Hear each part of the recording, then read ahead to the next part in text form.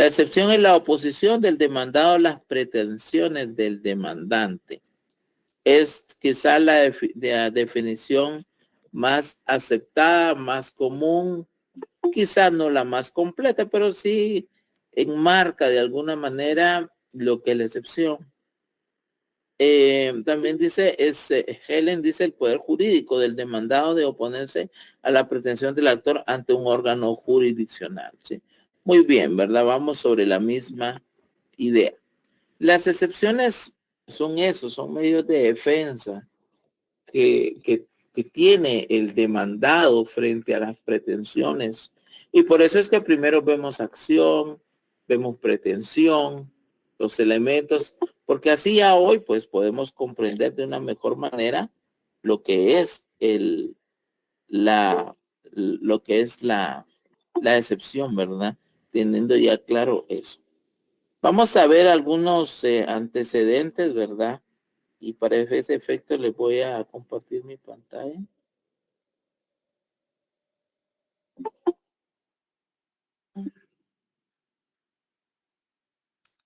Y vamos a decir que son las excepciones, ¿sí? Vamos a hablar de las excepciones. Y sobre todo, de dónde proviene. Aquí yo, pues, dentro de la presentación, que evidentemente después se les va a dar a ustedes para su segundo presente. Tenemos algunas consideraciones, o sea, algunas ideas, algunos conceptos primarios para poder entender de una forma clara y concisa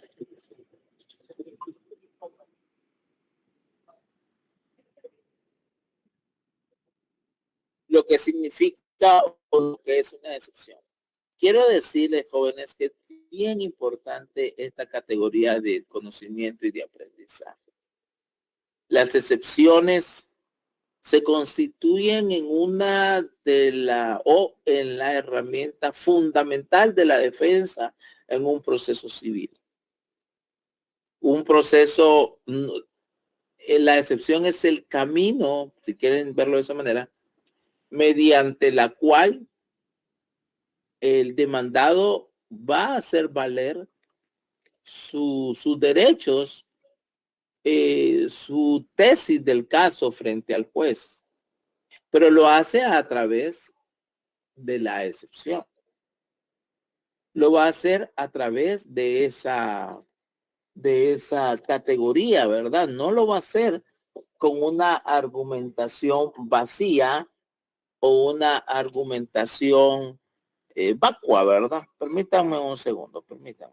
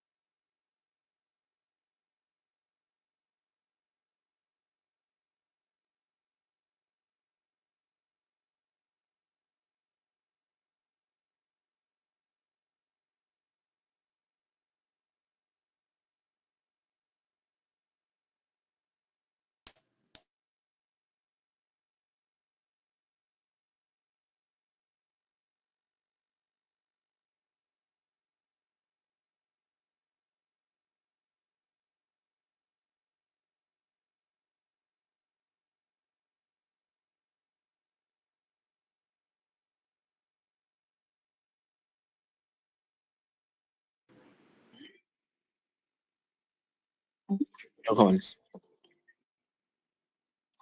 ¿Me escuchan, verdad? Sí, licenciado. Okay. Sí, licenciado. Sí, Hablamos, licenciado. pues, aquí hay algunas consideraciones importantes, ¿no? Que ustedes deben tomar en cuenta. Les decía que un proceso, las excepciones son las que desarrollan las tesis de defensa del demandado. Obviamente hay una clasificación de ellas, pues por supuesto.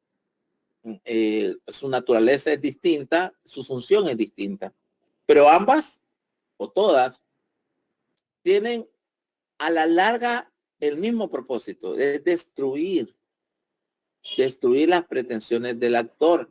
La diferencia es cómo destruir. Por ejemplo, una falta de personalidad no destruye la pretensión, pero destruye al actor.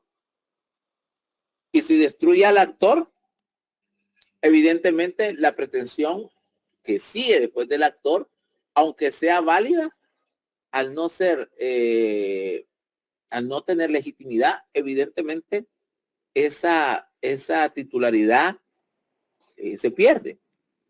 Entonces el actor se queda sin la capacidad operativa, llamémoslo de esa manera, que es la legitimación, para reclamar algo.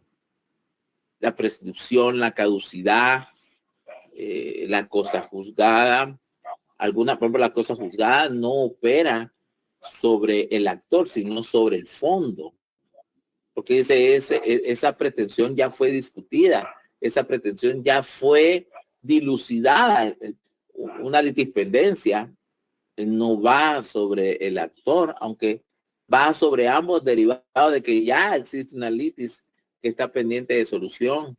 Entonces, va a ser diferente, pero en el fondo, ¿para qué lo hago? Porque estoy ejercitando mi derecho de defensa y a través del ejercicio de mi derecho de defensa, pues voy a hacer valer mi tesis o mi argumentación fáctico y de derecho mediante la cual yo, pues, hago ver lo que a mis ojos y le pretendo decir al juez es la razón. Porque al fin y al cabo, miren, pues, jóvenes, yo les he dicho a compañeros, colegas, en derecho no basta con tener la razón. Yo puedo tener la razón, pero la razón no es suficiente. Es increíble. La razón no es suficiente para ganar un proceso. Se necesitan de las herramientas y la técnica jurídica legal indispensable para ganar el proceso. Vamos a ver un poco sobre el nacimiento de las excepciones. Se dice acá, pueden ver la presentación, ¿verdad, jóvenes? Sí, sí, licenciado. Las excepciones nacen en el derecho romano. Todas las instituciones que nosotros estudiamos las excepciones consistían en cláusulas que se introducían entre la intentio y la condenatio. La intentio dentro del derecho romano era ese libelo donde se exponía la intención de la demanda. Era lo que le llamaríamos el libelo inicial. Y por eso está entre el intentio y la condenatio, que la condenatio es la sentencia. En medio, por eso se dice aquí en la presentación, a pedido y en interés del demandado, dirigidas a contraponerse a la acción. Es decir, en el libelo inicial, escrito de demanda, que decimos comúnmente, es el intentio. Entonces, cuando ese libelo o esa demanda inicia, obviamente tiene el propósito de llegar a una condena, pero dentro del derecho, la justicia, ¿verdad? Debe de haber un contradictorio. O sea, no basta con la simple alocución o incluso las pruebas ofrecidas o incluso diligenciadas de parte del actor. Tiene que existir o debe existir en teoría el controversial. Es decir, la contrapropuesta a los hechos y derechos que el actor pretende hacer valer. Entonces, hay un contradictorio. Eso se formalizó y tomó de alguna manera la institución denominada las excepciones. Se trataba, continúa diciendo aquí la nota, de atenuar el rigor del derecho civil para evitar que una sentencia justa aparentemente fuera contraria a la equidad. Sabemos cuál es la diferencia entre justicia y equidad. Mientras la justicia le da a todos lo que merecen, la equidad se lo da en la proporción que se merece y sobre todo en igualdad de condiciones. Por eso, uno de los principios del derecho es la equidad. ¿Por qué? Porque lo vemos, por ejemplo, en la institución de los alimentos. Existe una obligación y existe una necesidad, pero la equidad manda que la proporcionalidad de las capacidades del obligado deben estar en concordancia con las necesidades de alimentación. A eso se denomina equidad. Bueno, y a estas instituciones entonces se les comenzó a denominar, perdón, creo que me pasé acá, se trataba de atenuar y eran denominadas como excepción. Bueno, de ahí viene nuestra denominación, excepciones. Cuando el demandado se opone alegando excepciones procesales, lo que hace es deducir la falta de presupuestos y o requisitos procesales, que son las condiciones que atienden a la existencia de la sentencia sobre el fondo del asunto. El juzgador solo podrá resolver el fondo del litigio planteado en la pretensión, cosa que ya vimos, cuando concurran los elementos que determinan la correcta constitución de la relación jurídico-procesal. ¿Qué quiere decir? Que debe haber elementos que constituyan, ¿sí?, una correcta constitución de una relación, proceso, ley, justicia, hechos. Si yo, por ejemplo, le digo al juez, mire, yo no debo, pues yo tengo que decirle al juez por qué no debo y en qué baso mi ponencia de que no debo. Si yo le digo al juez, yo no fui, yo no hice, o yo tengo, o yo hago, todo eso debe ser sustentado, ¿sí? Pero para destruir eso, yo debo de plantear mis excepciones, ¿Vamos claro ahí, jóvenes? Sí, licenciado. Ok, excepciones. Vamos a leer la primera acá. La voy a marcar y algún compañero, por favor, me la va a leer. Bueno, no la marco porque si no, no van a ver bien. ¿Algún compañero que tenga a la vista ahí la presentación y que nos lea esa definición, por favor?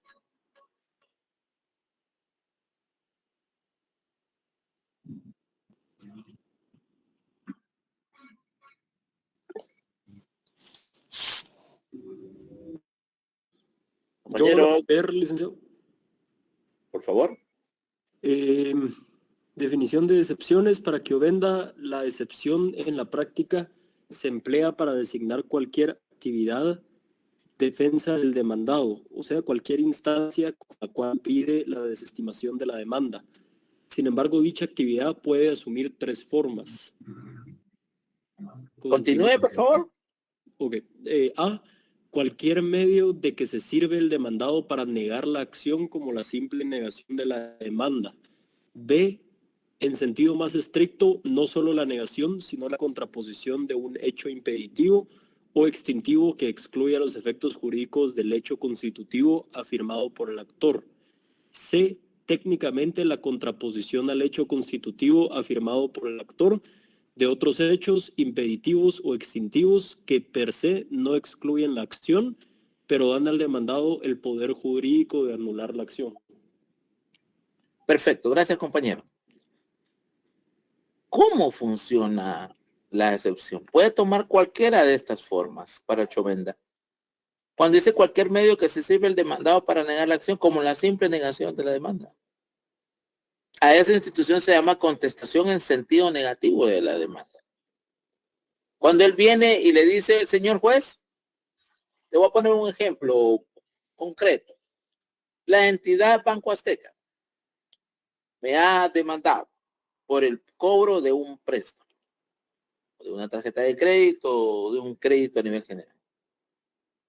Yo no me conformo con las pretensiones del actor y contesto en sentido negativo, derivado de que los argumentos fácticos y de derecho de los cuales se sustenta no corresponden a la realidad. Y por lo tanto quiero dejar sentado, honorable señor juez, que contesto la demanda en sentido negativo. O sea, ahí usted le está diciendo, mire, yo no me conformo. Y esa acción, yo no estoy a favor, estoy en contra.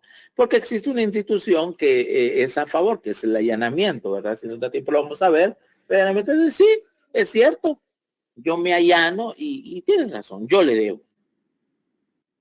Sí, yo le debo.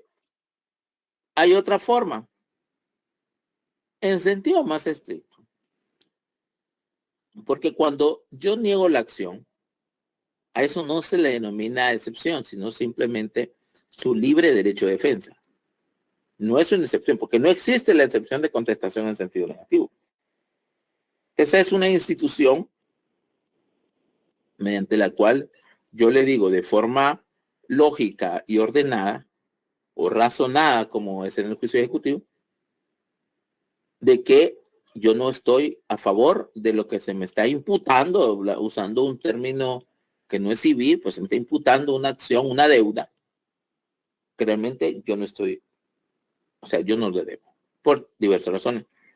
Pero en un sentido más estricto, no solo la negación, sino la contraposición de un hecho impeditivo o extintivo que excluya los efectos jurídicos del hecho constitutivo firmado por el actor. Por ejemplo, yo no firmé el pagaré. Existe esa excepción en el Código de Comercio, por ejemplo,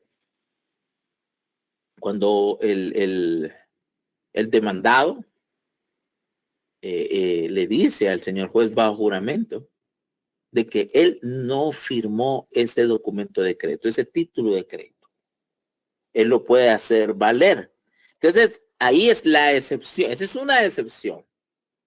Una excepción de que el título de crédito no fue firmado por el demandado. Esta es una excepción exclusiva de la relación mercantil que no está en la relación civil. Por eso aquí dice un hecho impeditivo o extintivo que excluya los efectos jurídicos del hecho constitutivo afirmado por el actor. Mire, es un título de crédito, es un pagaré. Ok, perfecto, pero yo no lo firmé. Esa firma que está ahí no es mía. Ahí hay un hecho impeditivo y excluye ese hecho, excluye los efectos jurídicos. Y técnicamente la contraposición al hecho constitutivo firmado por el actor de otros hechos impeditivos o extintivos que per se no excluyen la acción, pero dan al demandado el poder jurídico de anular su ejemplo, una prescripción. Miren, es cierto, esa firma es mía. En ese pagaré es mío, pero usted mire la fecha del pagaré. Dice que el pagaré fue expedido en el año 1990. Y dice que tenía duración de 5 años. ¿Qué quiere decir eso? Que ese pagaré, y comienza uno a jugar con las fechas, y dice, ese pagaré fue, tenía 5 años después de su fenecimiento, después de que se hizo exigible, tenía 5 años. Y como eran 5 años, del año 90 al 95, en el 95 se cumplió el plazo del pagaré y comenzó a contar el plazo de la prescripción, que eran 5 años. En consecuencia, señor juez, en el año 2000, en tal fecha, ese pagaré dejó de ser un título exigible. O sea, la acción está. Está el pagaré. Yo me recuerdo, yo trabajé para una institución bancaria de un bufete externo bastante fuerte.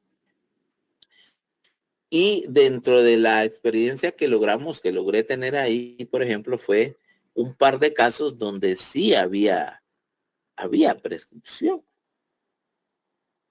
Y me recuerdo que mi jefa era muy apegada a esta entidad. Me decía, pero mire, Rafa, es que la deuda está. Ahí está en la cuenta bancaria. En la cuenta bancaria está, licenciada, decía. Pero en la ley no está. Para la ley prescribió. Y como prescribió, definitivamente no es exigible. Era un juicio de jactancia realmente el que se estaba llevando a cabo. Y aunque en primera instancia se ganó, obviamente en segunda instancia se cayó. Porque lo que pasa es que la otra parte, el otro abogado, pues la verdad que no fue muy técnico, no fue muy avesado al momento de como un juicio oral. Entonces no convenció. Pero realmente yo lo tenía bien claro. Yo me discutí ese día con mi jefe. Le digo, mire, perdone lo que le voy a decir, pero pues el banco tuvo 20 años, 10 años, 15 años para poder demandar y no lo hizo. Entonces prescribió y eso es un hecho que no se puede borrar, ¿verdad? Entonces, ¿está claro hasta ahí, jóvenes? Sí, licenciado. Sí, licenciado. Ahora vamos a ver la clasificación de las excepciones. Compañero, ¿algún compañero que quiera ayudarme en la lectura, por favor? Se lo leo yo, licenciado. Por favor. Déjeme ver en dónde estamos. Perentorias y dilatorias, no. Las clasificaciones, perdón. Chiovenda las clasifica así. Absolutas y relativas o personales. Según se haga valer contra todos o contra uno de los sujetos de una relación jurídica. B. Perentorias y dilatorias. Las primeras anulan definitivamente la acción. Ejemplo, la prescripción. Las segundas excluye la acción como actualmente existente. Ejemplo, término convencional. Término convencional. C. Sustanciales y procesales. Según se refieran a las condiciones de la acción o a los presupuestos procesales. D. Simples y reconvencionales, según se mantengan o no los límites establecidos en la demanda. Gracias, compañera. Gracias. De nada, para servirle. Miren, pues, jóvenes, en nuestra ley, artículo 116, por ejemplo, se habla de las excepciones previas. 120, 122 por ahí nos va a hablar de las perentorias. Unas son nominadas, otras son innominadas, pero todas de alguna manera entran en esta categorización. Si yo les pregunto a ustedes la clasificación de la ley, realmente la ley habla de excepciones previas, excepciones perentorias y excepciones mixtas. Incluso hay excepciones privilegiadas. Eventualmente lo vamos a ver, ¿verdad? Pero todas entran dentro de la categorización más doctrinaria que Chiovenda nos da acá. Por ejemplo, cuando habla de las absolutas y relativas o personales. Es decir, esta va contra la persona. La falta de personalidad, la falta de personería son típicas dentro de esta clasificación. ¿Por qué? Porque realmente no tiene, la persona que me está demandando no tiene la calidad para demandarme, es decir, no es conmigo. Yo llevé un caso hace ya bastantes años y se lo voy a contar para que me comprendan. A mí el caso me lo dieron cuando ya estaba, no lo voy a decir avanzado, pero ya estaba iniciado. Les voy a contar cómo fue. Una persona demanda al mandatario de una entidad. Cuando le notifican, yo no estaba en el bufete, le notifican en un juicio sumario, no recuerdo si era sumario o ordinario, no me recuerdo la verdad. Era un juicio ordinario porque era de nulidad. Demandan a la persona, no demandan a la entidad, demandan a la persona. Y no interponen excepciones de falta de personalidad en ese momento. Se pasa el plazo. Y como no era en la capital, era en Occidente, entonces la cosa se puso un poquito difícil. Pasó el tiempo, pero no podían emplazar al tercero y el caso se quedó ahí, pero estaba siempre pendiente. Cuando yo llego al bufete, me percato, pregunto, y yo me asigno el caso para proseguirlo, porque la verdad es que no le hacían entrar a los colegas. Entonces yo lo agarro, porque realmente era mi jefa la demandada. Entonces, yo presento excepciones privilegiadas, falta de personalidad. ¿Por qué? Porque la persona no tenía que demandar al mandatario, sino que debía demandar al poder dante, pues al mandante, no a la persona. Viene el juez y me dice que no me podía acoger, la excepción porque yo no la hice valer, yo no estaba en el bufete en el momento, pero que esa valoración él la iba a hacer al final. ¿Y qué pasó al final? Ese proceso duró como 2 años y medio. El juez viene y me dice que en efecto el demandante no tiene legitimación. Realmente nunca llegó al fondo. Nunca llegó al fondo. ¿Por qué no llegó al fondo? Porque no vio el negocio, la nulidad de las diligencias que querían anular, sino que dijo, no, él no debió de haber demandado al mandatario, sino al mandante. De eso está hablando de esto.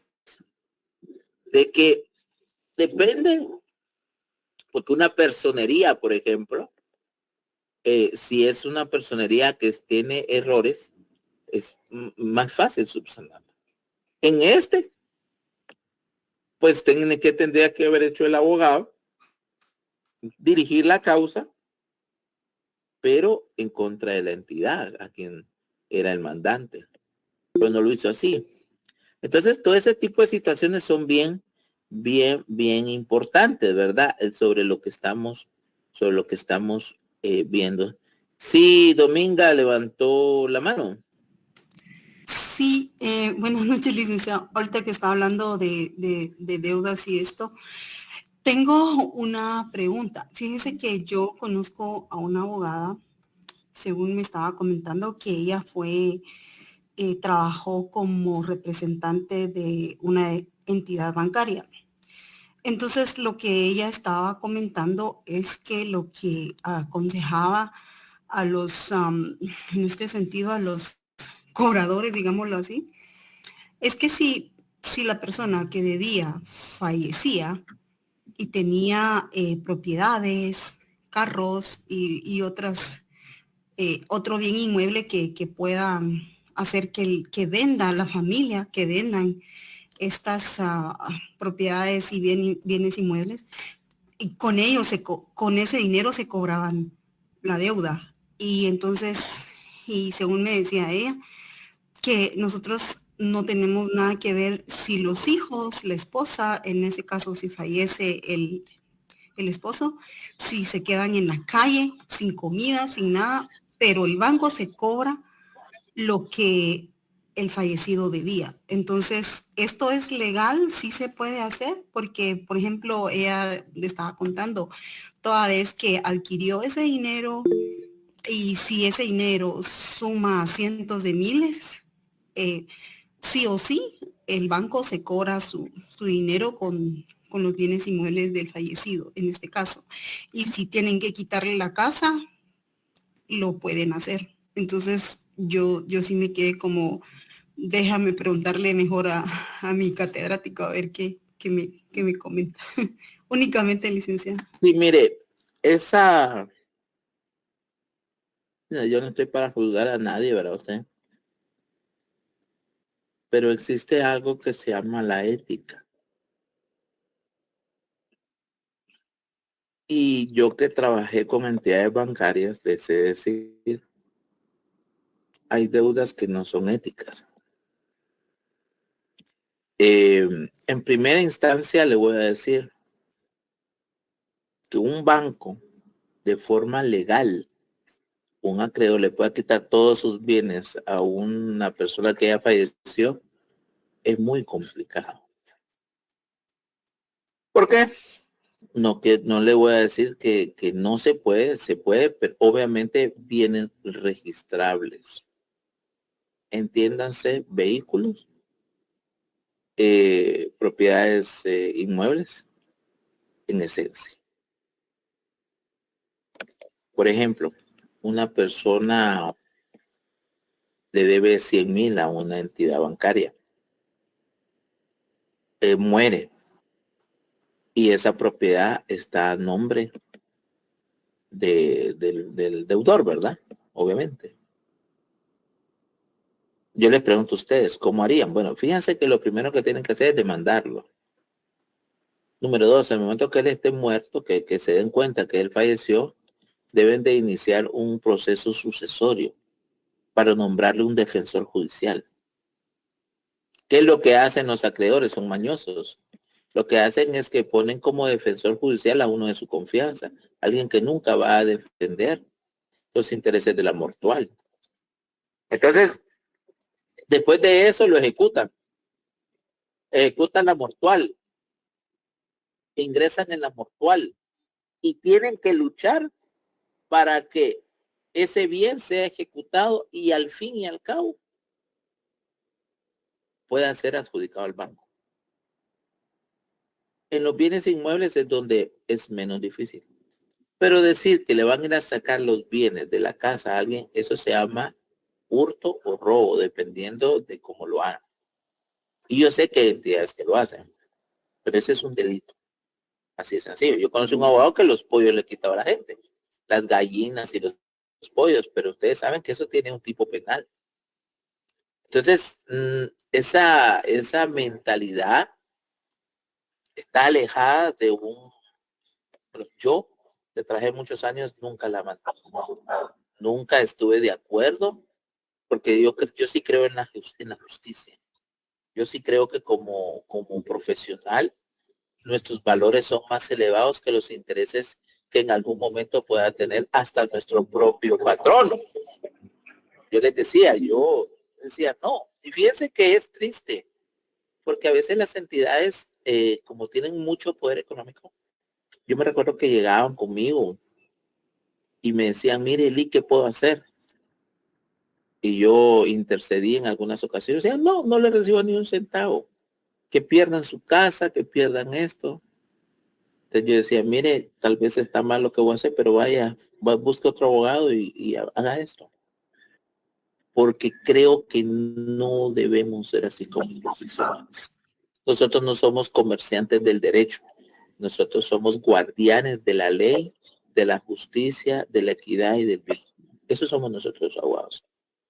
Cuando nos reducimos a esta situación, obviamente no hablo de una persona en particular, con todo respeto lo digo, pues yo creo que nos estamos vendiendo al mejor postor, porque mucha de esa deuda es puro interés. Los bancos tienen derecho a cobrar sus intereses normales, sus intereses moratorios y demás gastos y costos. Y eso es de todos los días. No hay una ley que diga, mire, cuando una persona tiene 180 días de deuda, los intereses deben de congelarse ahí y pues ejecutar el cobro. Eso no lo dicen, porque no les conviene. Entonces, no es tan así, compañeras. En mi opinión se lo digo, no funciona la cosa como se lo dijeron. Jimmy levantó la mano. Claro que, licenciado, muy buenas noches, Dios le bendiga. Yo tengo, a raíz del tema que se está tocando, me nace una duda. Está esta institución denominada Corpocredit, de uno, creo que Novales, creo que es el apellido del CTS, ¿verdad?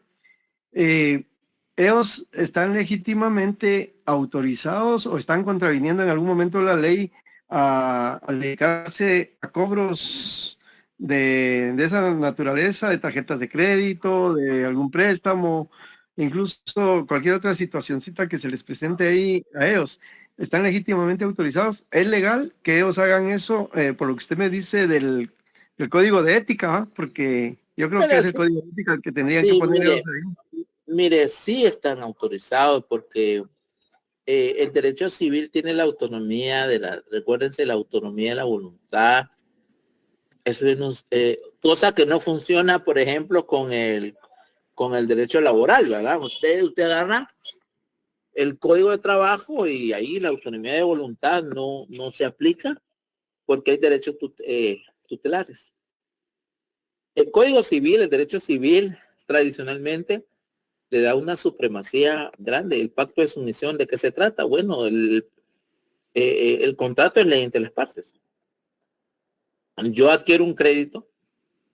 Este crédito, es más, en los contratos se establece, este crédito, el acreedor podrá cederlo, dice. Pero el deudor no puede ser, o por razones obvias, porque la persona que fue calificado fue de forma personal. El tema quizás es estas empresas, pues son empresas. Está gestionadora de créditos, Corpocredit, son varios. Yo conozco gente de estos lugares también, compañeros. Yo respeto el trabajo de todos, ¿verdad? Y sí que ellos lo que hacen es comprar carteras en mora. De hecho, ahorita tengo uno con Banco Azteca, donde imagínense, la persona tomó el crédito en el 2006, lo pagó 2006, 2007 y le hicieron lo que dijo la compañera. Llegaron de esta entidad y no escudo su nombre porque así es, Banco Azteca, y le sacaron sus cosas y se dieron por pagados. Y ahora en el año 2021, 2022 lo demandan. El proceso es 2021. Ahorita estamos en abierto a prueba. Yo el día jueves o viernes, creo, por ahí va a prueba. Pero ¿qué le digo yo? Y, no tienen ni siquiera el contrato. Fíjense que son a veces tan espurios. Y se lo hice ver a la juez no me dio la razón, creo que también la juez no tiene la razón, porque ellos no acompañaron el contrato de crédito. Entonces yo le digo, señora juez, la demanda es defectuosa, no acompaña el título de crédito, no hay legitimación. Y me dice la juez, no, es que la ley dice que el actor puede señalar la oficina donde está. Artículo 107, 108 del Código Procesal. Pero sí, pero no es lógico que yo como actor digo, es como que yo le diga, sí, el título está en mi oficina. Imagínense, el título no existe. Quiero ver si lo presentaron, voy a ir a ver qué prueba. Estoy seguro que no lo hicieron. Pero ¿qué pasa? Ellos lo que hacen es agarrar cartera morosa, cartera que es barata, o sea, ¿qué le digo yo? Alguien debe 50,000 y le dan 1,000 pesos y dice, bueno, si yo recupero 20,000, yo gané, y por eso después vienen sus gangas, le dicen, mire, pague el 10%, porque ellos están ganando. Si es lícito, es una forma de vivir de algunos, pues invierten, obviamente, porque ellos le pagan al primer acreedor. Si es moral o no, pues ya eso ya queda sujeto a valoraciones de otra naturaleza, ¿verdad, compañero? Pero así es que realmente funciona esa situación, ¿verdad? Que También, incluso buscan, perdón, Lick, buscan juzgados, por ejemplo, de San Miguel Petapa, de Villanueva, para poner las demandas, no tanto los juzgados acá en lo que es la metropolitana, ¿verdad? Sino que se así van es, hasta otros lugares para que, según tengo entendido, para que los agilicen. No sé si incluso las personas que ahí laboran, pues sean juez y parte al mismo tiempo, ¿verdad? Y que vayan lucrando al mismo tiempo, porque ahí hasta cierto punto siento yo que se convierte en un lucro de estas empresas e instituciones, solo con dedicarse a ello. Y sí, gracias por la obviamente, Luz, aclaración, Lick. recuérdense que son comerciantes, o sea, estas son sociedades anónimas. Y usted sabe que las sociedades anónimas son comerciantes. Nosotros abogados Sí. no somos comerciantes, pero ellos sí son comerciantes. Mire, ahí se dan anomalías, porque fíjense que yo he tenido varios procesos en estos lugares que usted menciona, y llama la atención que cuando hay una persona, mire, es que fíjese que me embargaron, y dice, sí, llame a este número, y hasta le dejan la tarjetita para que se, mire, vaya a pagar, y entonces así le levantan, ellos traen el desistimiento si usted paga. Usted en Guatemala no va a haber eso. En ningún juzgado, usted viene a Guatemala y dice, mire, busque un abogado. Yo porque he estado ahí presente en esto. Busque un abogado porque yo no le puedo decir. Busque un abogado porque yo no le puedo decir. Pero no, entonces son cosas, va usted, como usted menciona, pero las valoraciones obviamente son comerciantes, viven de eso, han encontrado un nicho en eso, pues ahí sí que la historia, tal vez como dicen, uno lo va a juzgar, ¿verdad? A valorar. Gracias, Lick, muy amable, gracias por la explicación. También Marlene Angélica Ramírez, creo que levantó la mano. Sí, licenciado, buenas noches. Mi consulta es en relación a lo que estás diciendo acá de comprar las carteras. Supuestamente la deuda prescribe a los 5 años, según conocimiento. En derecho así es, no es supuestamente. ¿Sí?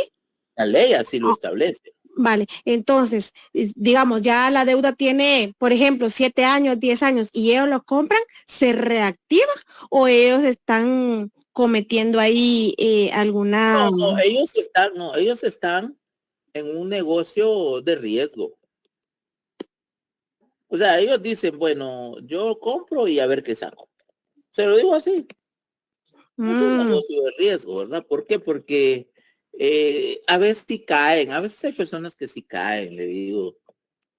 Y, ay, no, ni más para que no me estén llamando, tienen miedo de perder su empleo, Infornet, esa es otra anomalía que existe dentro del sistema, me van a manchar y llegan. Y fíjense que han llegado, porque hay abogados obviamente detrás de esto, y le dice al cliente, le notificamos judicialmente que está demandado. Pero la verdad es que es un delito, porque están en una operación de funciones, una usurpación. ¿Quién es el lunes? O sea, ¿quién puede notificar una demanda judicial? El auxiliar del juez. Cierto. Y ellos no son auxiliares del juez. O sea, y realmente hay falsedad. O sea, ahí podría incluso levantarse cargos. Una denuncia penal podría existir contra ellos. Cierto. No le pueden notificar judicialmente algo así, pues. Sí, porque ahí donde yo trabajo, pues seguido llegan notas así y entonces yo, con base a ese tema de que se prescribe a los 5 años, no le doy información de la gente de seguridad y porque para empezar no damos información por confidencialidad, pero sí llegan muchas notas diciendo que es orden judicial y realmente no va de parte de ningún juez. Y se los digo así abiertamente, esto no viene de parte de un juez, no le puedo dar trámite. Pero gracias. Exactamente. Sí, mire, hay que ser listo también, va, o sea, hay que ser listos. Y mire, no se trata tampoco de fomentar el incumplimiento. No sea, tampoco, es decir, mire, no pague, ¿va? Yo tenía a mi jefe, ya falleció hace poquito, él decía, Rafa, el que no tiene nada, No debe. Y bueno, y tenía razón, porque si no tienen con qué hacerse el pago, pues es como que no debiera. Pero a la gente le vienen y que mire su embargo de salario, embargo de esto, embargo de vehículos, secuestro. O sea, le meten un acoso emocional, psicológico a las personas que es inmoral realmente. Es inmoral, pero lo permitimos, el sistema lo permite. También sé que no podemos entrar en aquello de que, bueno, entonces, porque entonces, pues no, o sea, se debe, se paga. Pero a veces viene el tema de los intereses. Eh, llega una persona, por ejemplo, usa su tarjeta de crédito, usa 5,000 quetzales, su límite de crédito, pero el límite de crédito muchas veces se llena con intereses, no con el uso de la tarjeta. ¿Qué sucede si esa persona tiene 5,000 quetzales? Los utiliza, los va utilizando, pero pierde su trabajo de forma repentina. Te comienza a pagar el mínimo. Y fíjense que yo he visto, yo les digo, yo la tarjeta de crédito que utilizo tiene 80,000 quetzales. Yo pago 10, 11,000, 12,000 pesos al mes. ¿Por qué? Yo la uso. Pero me dice pago mínimo, 118. Esta gente que cree que uno es estúpido, digo yo. Si yo pago 118, los 10,000, 11,000 quetzales que yo tengo cargados me van a disparar esa deuda a las nubes. ¿Me explico? Entonces, desde ahí vamos mal. Porque ellos, después, ¿qué pasa? Eso, a los 6 meses, ya esa tarjeta ya se topó, pero no se topó por el uso. Se topó por el interés corriente. Y como cuando usted no paga, eso es lo que no le dicen, que aparte está el interés en mora, porque ese capital que usted utilizó en consumo entró en mora. Entonces le van a dar le van a cobrar el interés y la mora. Y después se les ocurre otros gastos. Entonces, esa es una gran estafa. Entonces, parte del problema es el enriquecimiento de parte de los bancos a través de este sistema. Hace algunos años, tal vez fue unos 5 o 6 años, un poquito más, se intentó que entrara la ley de tarjetas de crédito. Y nuestra famosa Corte de Constitucionalidad, pues, simple y llanamente la declaró inconstitucional, obviamente porque los banqueros eso no les conviene. Sí es, la CC que se la da de defensa de derechos humanos y todo, ahí muy vendida en ese momento. Porque lo que pretendía era poner estándares, pero obviamente siempre bajo la bandera de la autonomía de la voluntad, pero esa autonomía de la voluntad pues no es tan así realmente. Hay que revisar eso en determinados momentos, ¿verdad? Pero no se trata, reitero, de decir, no, nadie pague, no. Es importante pagar deudas. Lo que uno debe de hacer es ser inteligente, no adquirir deudas que no se puedan pagar, que yo no tengo la capacidad o que no tengo la intención de pagar. Yo he dicho que la deuda que vale la pena es la hipoteca. Yo siempre he manejado ese concepto. Tenemos nuestra casa con hipoteca y pues para mí no es problema la hipoteca porque es la inversión en bienes raíces. Y es interesante porque la hipoteca es la que tiene la tasa, la menor tasa dentro del mercado, porque es un bien de uso social. Entonces, la hipoteca de alguna manera es más benévola, me explico. Pero hay mucho crédito que realmente, y le llama, mire, tenemos un extrafinanciamiento, mire que tenemos un crédito de 20,000, de 30,000, de 50,000 para usted, o mire, lo llamo, quiere otra tarjeta, quiere una adicional. O sea, nosotros debemos de aprender a ser más inteligentes, ¿verdad? Que el que nos está ofreciendo, ¿verdad? Muy bien, Ligia levantó la mano. Buenas noches, licenciado. Tengo una consulta. cuando pasan a Infonet una deuda que tiene cualquier persona y le afecta en el trabajo, ¿de qué forma puede ir la persona a Infonet para que desvanezcan eso? Mire, Porque son fíjese que datos. existe la práctica de que uno dirige una nota a Infonet y le dice que lo borren de su base de datos. Pero eso, ¿cuánto tiempo tardará saber, verdad? Pues yo he llevado esas notas, yo las he, ya me han pedido auxilio.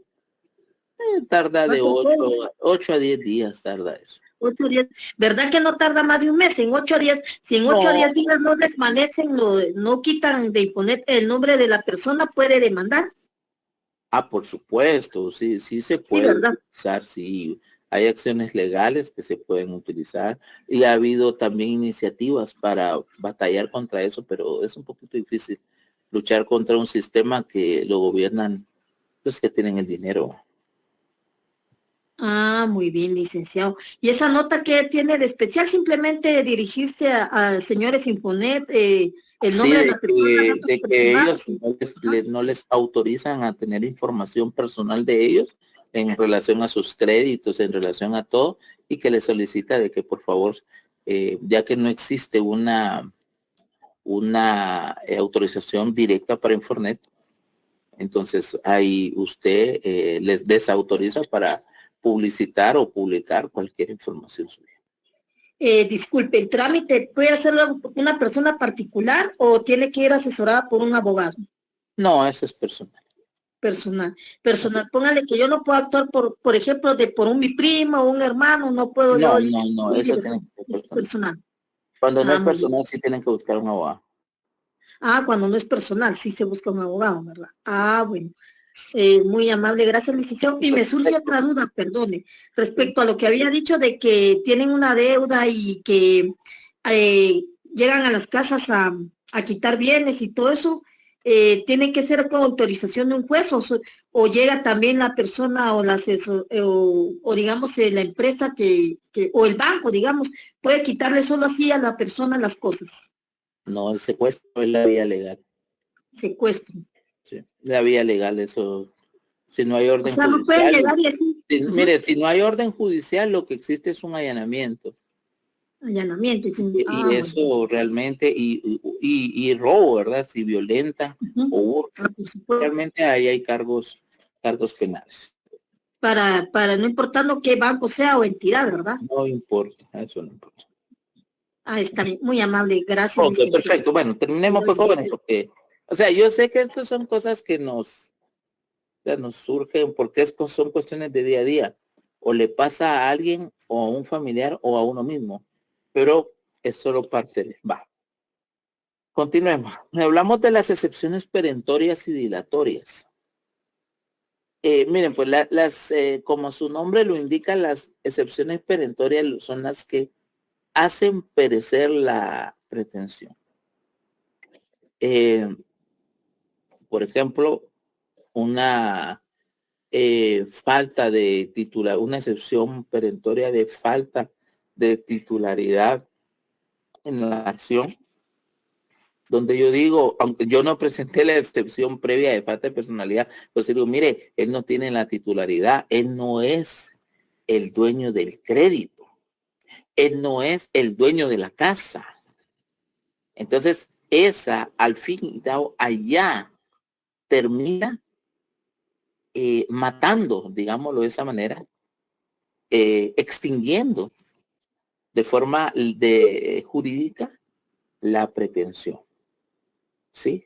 Estas son innominadas, o sea, la ley no dice, son números apertus, es decir, yo les pongo el nombre y puede haber tantas como nombres se me ocurran en cuanto a eso, y ellas hacen desaparecer la acción.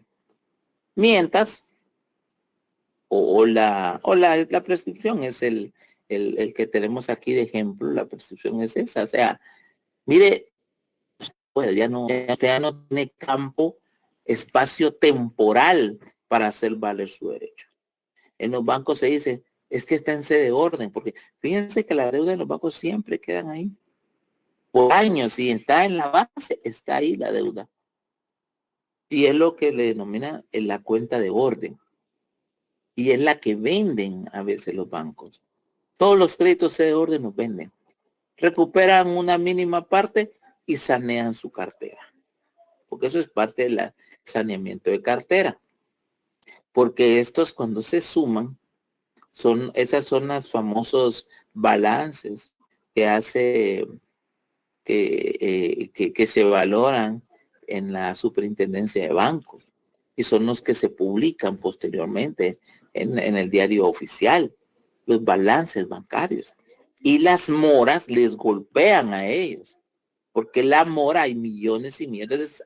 O sea, no es tan fácil como decir, te compro, te vendo. No, o sea, detrás de todo también hay todo un tecnicismo y hay toda una serie de factores. Eso no nos importa ahorita. Pero lo que les quiero decir es que aunque haya prescrito, ellos lo tienen ahí.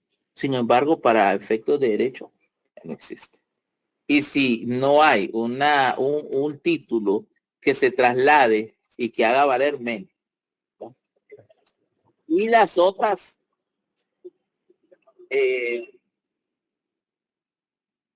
son excepciones dilatorias, ¿verdad? Que son las excepciones dilatorias, son las que, por un lado, dilatan el proceso, atrasan el proceso. Es decir, no se van de largo a la prueba, sino que tienen que discutirlo a través de los incidentes. A eso se refiere a esto.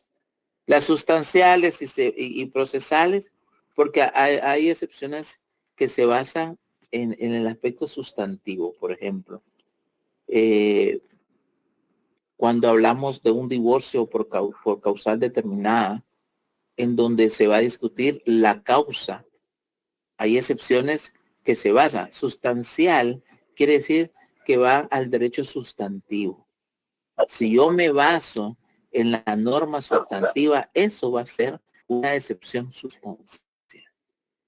Y procesal, por ejemplo, la caducidad. O sea, si ha caducado, procesalmente hablando, la acción, entonces es una excepción de naturaleza procesal. Si quieren, vemos fondo y forma. Y simples y reconvencionales. ¿Cuáles son las simples? Bueno, son aquellas que son simples excepciones, sea cual sea su nombre, no pasan de ser excepciones.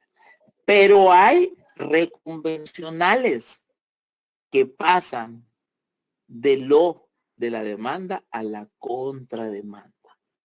Este medio de defensa realmente no es una excepción, es un contraataque. Yo he presentado reconvenciones, de hecho estoy preparando una para el 21, tengo un juicio por causal determinada y voy a presentar reconvención también. Entonces, eso es bien importante para entender. Miren, cuando nosotros, a veces hay personas, estudiantes que dicen, bueno, pero ¿para qué sirven la teoría? Tenía un compañero, lastimosamente falleció antes de graduarse, decía, bueno, es que la teoría no ayuda. Claro que ayuda la teoría. La teoría nos ayuda a entender y a expandir nuestro conocimiento, no solo la letra, sino su significado y su funcionamiento dentro del proceso. ¿Estamos claros ahí, jóvenes? Sí, licenciado. ¿Jóvenes? Licenciado. Ok, perfecto. La clasificación dentro del sistema normativo guatemalteco atiende al siguiente orden. Tenemos las excepciones previas o dilatorias. Eso está en el artículo 116 del PCIM. El CPCIM parte de la consideración de que existen algunas excepciones que pueden y deben resolverse sin necesidad de que el proceso se desarrolle completamente, sin necesidad de tener que realizar la contestación de la demanda, sin llegar a realizar toda la prueba y sin que se dicte sentencia. Es decir, bueno, ¿para qué vamos a gastar si el demandante no tiene título, por ejemplo? Él no tiene título, él no tiene personalidad, no tiene legitimación.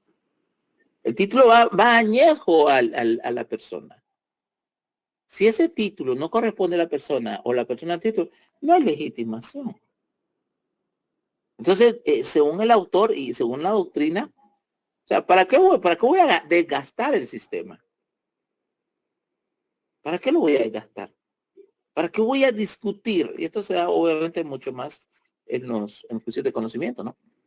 Ese es casi exclusivo de los juicios de conocimiento, porque en los juicios de ejecución hay excepciones, pero son más limitadas. Sí, son más limitadas. Entonces, es bien interesante y se comienza a ver esto. Y se dice, ¿para qué? ¿Para qué voy a desgastar el sistema, a desgastar a las partes cuando se nota, cuando se ve, cuando el otro se defiende que realmente este no es la persona o él no tiene por qué ser demandado? Falta de legitimación de parte de él, ¿verdad? Esta conclusión se basa en la existencia de una serie de motivos de oposición del demandado que deben resolverse de modo previo, por eso se llaman previas, y por los incidentes. Se les llama previas por esta razón, porque son anteriores y previas a la contestación de la demanda. De modo que, si la excepción es estimada por el juez, en el auto que pone fin al incidente, ni siquiera habrá que contestar la demanda, pues el juicio finaliza con ese auto. Eso lo dice Vázquez López. Entonces, es bien interesante. Algunos llaman dilatoria porque dice que hacen dilatar el proceso. Y lo cual puede ser cierto en determinadas, pero en otras, realmente, por ejemplo, una prescripción o una falta de personalidad, aunque es previa, su efecto puede ser perentorio. Las perentorias, el artículo 118, el segundo párrafo del mismo código, nos dice que son excepciones perentorias las que pueden oponerse con la contestación de la demanda y siempre tienen la naturaleza de materiales. O sea, estas se basan más allá de la ley en asuntos meramente objetivos concretos del caso que está siendo objeto de litis. Las excepciones perentorias no son números clausos, o sea, no tienen números cerrados, las excepciones previas, ¿sí? Como sucede con las previas. Y en lugar de una lista, lo que hace es clasificar los hechos atendiendo a su efecto sobre la relación jurídica material afirmada por el demandante. Es decir, los hechos van en torno a, por ejemplo, llevo un divorcio. En el divorcio es una causal que muchos se invoca porque según ellos no prescribe, es la del abandono o separación o el abandono voluntario del hogar conyugal. Artículo 155, creo que es número aparte. Entonces, yo llevo un proceso así y decir, bueno, ¿y cómo contesto eso? Bueno, yo acabo de contestar la demanda, bueno, fue en diciembre, creo yo, o en enero, no me recuerdo. Pero digo, no, él está viendo esto, pero ¿sabe? Él abandonó la casa porque él tenía mujeres. Y la causa de este divorcio no es el abandono voluntario, sino su infidelidad. Y le pruebo con una certificación de nacimiento. Son cosas materiales, son cuestiones objetivas las que se discuten, las que se hacen ver. Claro, para poderlo hacer ver, igual tengo un proceso idéntico ahorita que les hablaba del 20, donde igual viene el señor, fíjense que lo sentencian a pagar una pensión. Tiene, ¿qué? 10 años de no pagar la pensión. Ahora viene y dice el abandono voluntario y bueno, ya me quiero. Y el derecho de la mujer, digo yo, ahí es donde el derecho de la mujer sí se tiene que salvar. La señora enferma, la señora no le pasa dinero, entonces, aparte de ejecutarlo, le vamos a hacer una reconvención. ¿Para qué? Para que la causal del divorcio recaiga. ¿Y eso qué va a hacer? Le va a favorecer a la señora para que le pase una buena cantidad en pensión alimenticia. Esas son cuestiones materiales. ¿Sí? ¿Cuál es una de las fórmulas que usamos muchos abogados? Excepción perentoria de falta de veracidad en las afirmaciones del actor. No es cierto. Es cierto, él se fue, pero el ánimo de irse es porque él me era infiel. La verdadera causal de que termine este matrimonio no es el abandono de él, sino su infidelidad constante. Por ejemplo. ¿Sí? A eso se refiere esto. Dice, con esas excepciones y los hechos en que se basan, lo que pretende el demandado con su alegación es que se dicte sentencia absolutoria, es decir, no, yo no soy el culpable, en la que se desestime la pretensión ejercitada por el demandante, ¿verdad?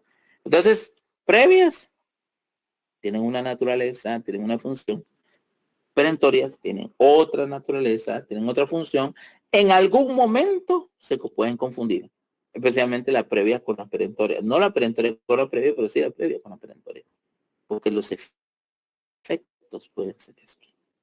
Sí. Vamos a llegar hasta ahí, jóvenes. No sé si hay alguna pregunta para finalizar. Yo no es sobre el tema, pero usted me dirá si después le pregunto sobre el examen extemporáneo. Ah, sí, el examen extemporáneo, miren pues, ay Dios, yo ya lo quiero pasar realmente, pero miren pues, lo que sí necesito es que ustedes deben de justificar bien, porque me lo están pidiendo, hay un reglamento. Yo no tengo problemas con darles su examen. Al fin y al cabo, ustedes son los estudiantes, vienen a clase, pero yo sí les pido que por favor pues justifiquen. De las solicitudes, creo que solo una compañera ha justificado de forma plena su inasistencia. Entonces, yo estoy esperando eso. Yo ya comencé a calificar. No hay malas notas, tampoco hay algunas notas bajas también. Yo espero avanzar el fin de semana. Son 300 exámenes los que tengo, jóvenes. Entonces, y cuando me los escanearon, algunos están hasta al revés, la verdad. Me los escanearon patas para arriba, ¿va? Entonces, me cuesta un poquito, pero es parte del trabajo. Entonces, es importante que tomen en consideración eso. Pero si ustedes quieren, yo les voy a escribir en el chat.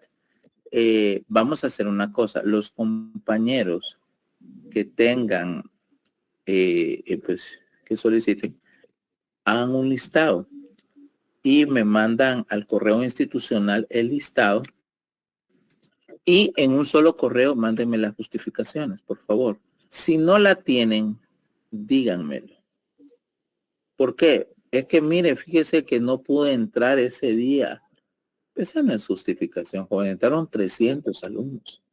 Y me va a decir uno que no pudo entrar. O sea, realmente no es así el asunto. Pero yo les voy a dar su examen. Pero quiero que sean sinceros conmigo. Hagan el listado. Uno de los que, me imagino, bueno, yo sé que no se conocen, ¿verdad? Pero tal vez traten la manera de coordinarse en el grupo.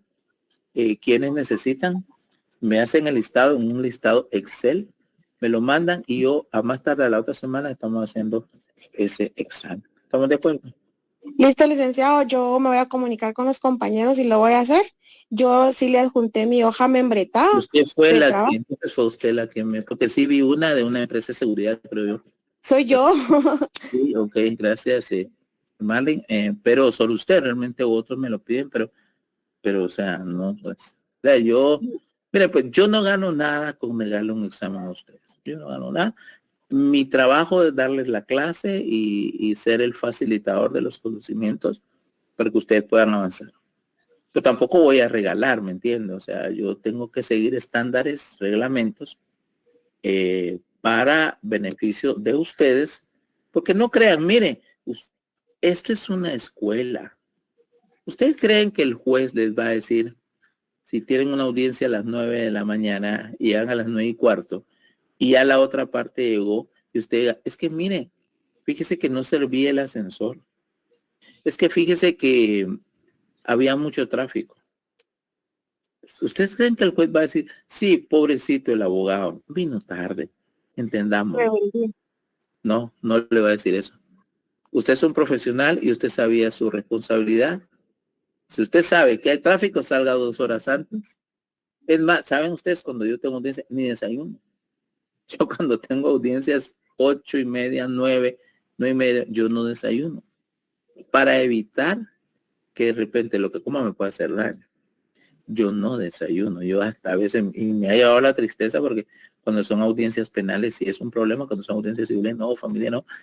Entonces, a veces vengo comiendo tarde, pero prefiero eso por el grado de responsabilidad que nosotros debemos de tener. Entonces, parte de la labor formativa de ustedes dentro de la alma mater es eso, que ustedes tengan una disciplina como profesional. Entonces, hagamos eso, jóvenes, y si no hay más, pues yo espero esa información, Marlene, y que Dios les bendiga. Les deseo un feliz fin de semana.